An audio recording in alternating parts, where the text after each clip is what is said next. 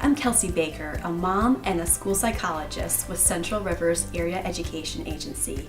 And today I'm here with Suzy, a local mom. Suzy, tell us about your child and when you started to wonder if maybe there was a problem. Okay, I remember going back for Ruby's second grade year, and her teacher, we met in a conference because Ruby had regressed a lot over the summer. And I'm an educator, but I don't believe in really doing a lot of drill work during the summer, so I hadn't worked with her. She was in reading recovery in first grade, and I didn't really think she had a specific issue with reading. I just thought she was a little behind. When Ruby came back to second grade and really saw where she was, I was told that it was a little bit of a problem. Suzy, I know a lot of parents share with me that they feel in shock or they feel guilt or they feel remorse over the fact that their child is not doing well in school. Can you share with me a little bit of the emotions that you felt and maybe some of the realizations you came to? Yeah, I really did feel guilty and like I dropped the ball. That's after that summer where I didn't work with Ruby and she had regressed. I felt like I did something wrong, that I wasn't paying attention, that I didn't take it seriously, that she wasn't at the level that she should be. It was overwhelming because I really didn't know, was she delayed? Did she have a disability? Do I need to find out what specific disability, or if we just know what issues she has, could that be enough to work with her successfully? And how was the school going to meet her needs if they didn't really know if she had a disability? So it was overwhelming. I remember feeling, fearful for the future and just scared about, the whole process at first. Yeah. Suzy, what were some of the emotions or some of the thoughts that were going through your mind during this very initial stage of the IEP being created? Yeah, well, I was worried about Ruby. You did a great job of making her feel comfortable with what was happening. I didn't know how she would feel knowing that reading was difficult, although she already was experiencing it, but getting the IEP, and I was wondering what that meant for her being, taken out of class, and what was she going to miss in class, and how was she different from her friends. And I was thinking about how much do I share with people, how common is this, how is she going to go to college, just all those unknown things that, even though I'm in education, but this is the first time I had this experience. And I wasn't exactly sure what was going to happen during the IEP process and what the outcome was going to be in terms of learning for Ruby. How much learning, she'd need from a special education teacher, how much she'd be in the classroom, what it all meant.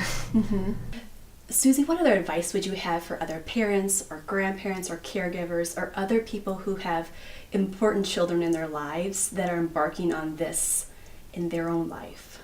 Yeah, that's a great question. One thing that I think is really important is not to be afraid to ask questions, and to also realize that you're your child's best advocate. You know your child best, and the teachers, the counselor, the school psychologist may see something in school, but you may have some additional information, and if there's something that you want done, you have to really make sure that you ask about it, because it might not get done unless you ask. And sometimes it is confusing. There are a lot of words maybe that you don't understand, and it's really important to ask questions and maybe get an ally on your side. Bring someone to the meeting that you trust if you're worried that you may be nervous and might not catch anything.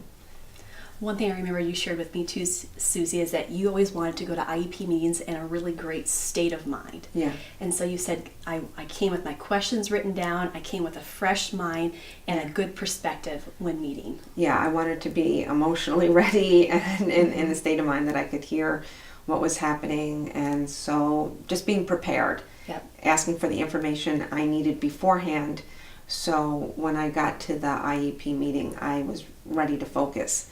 Suzy, what's your takeaway from this experience?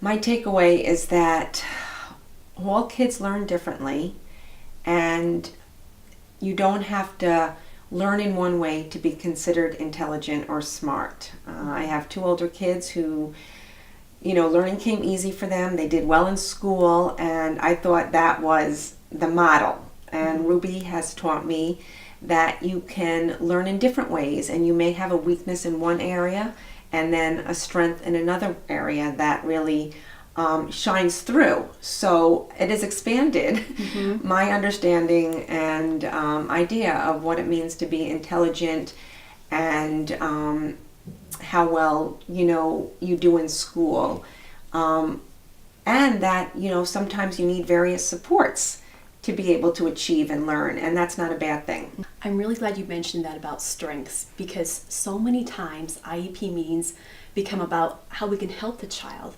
And so it's easy to highlight all the areas where the child needs help and that are struggles for them. And so many times it's so important to keep at the forefront what that child does well, because that's really what's going to take them far in life. That's really true. I think there could be a lot of shame or questions about, why does my child learn differently? And parents could feel embarrassed, and they might not want to share with others. I feel good when I do share. I think I came to that point knowing for myself that I think it's good to educate other people, because other parents might think that kids in special ed or kids who have a learning disability aren't intelligent. So when I tell my story and people know my child and my family and realize, oh wow, she may have a learning disability, or she learns differently, or she needed special ed services, it breaks down that barrier or stereotypes about what that looks like and what does it mean. So I feel empowered when I do share. Suzy, thank you so much today for sharing about your journey through the IEP process with your daughter. Well, thank you for having me. Yes. And to all you out there who are your own journey through the IEP process, just remember, wherever you're at, that you got this.